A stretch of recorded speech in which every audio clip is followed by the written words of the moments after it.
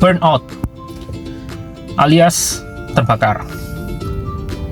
Ini salah satu fase yang sering dialami oleh para pekerja genset saat ini ya.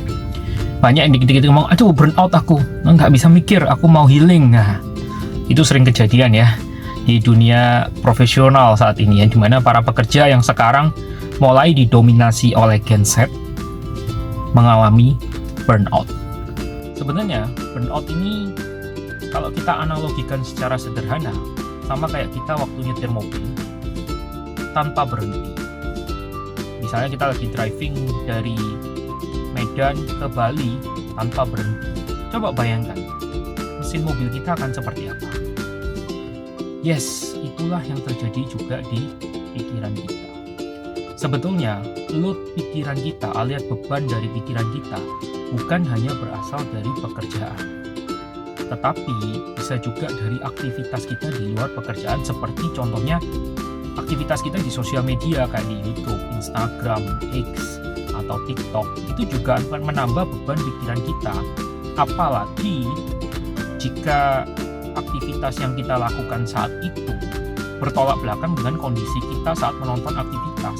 Contohnya, yang ditonton adalah karyawan sukses, sementara yang nonton karyawan yang belum sukses.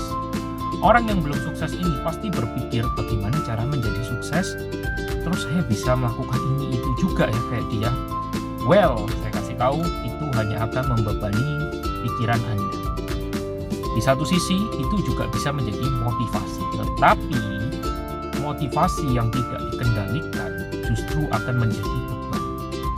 Nah, jadi ada baiknya ketika kita sudah mengalami load pekerjaan yang tinggi, kita harus break sebentar. Break sebentar dari dunia real dan dari dunia maya, benar-benar fokus ke diri kita sendiri. Kita tinggalin nih gadget, kita tinggalin pekerjaan sebentar. Kenapa? Karena disitulah cara mengurangi pikiran kita ini supaya bebannya nggak berat-berat banget. Karena semakin kita ingin menyelesaikan semua pekerjaan dengan cepat, semakin kita ingin menonton sosial media kita, maka beban pikiran kita akan semakin tinggi.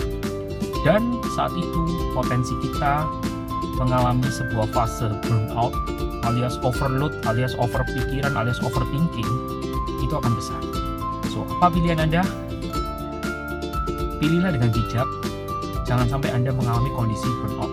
Jika Anda burnout, stop dulu sebentar supaya Anda bisa kembali melakukan pekerjaan dengan baik.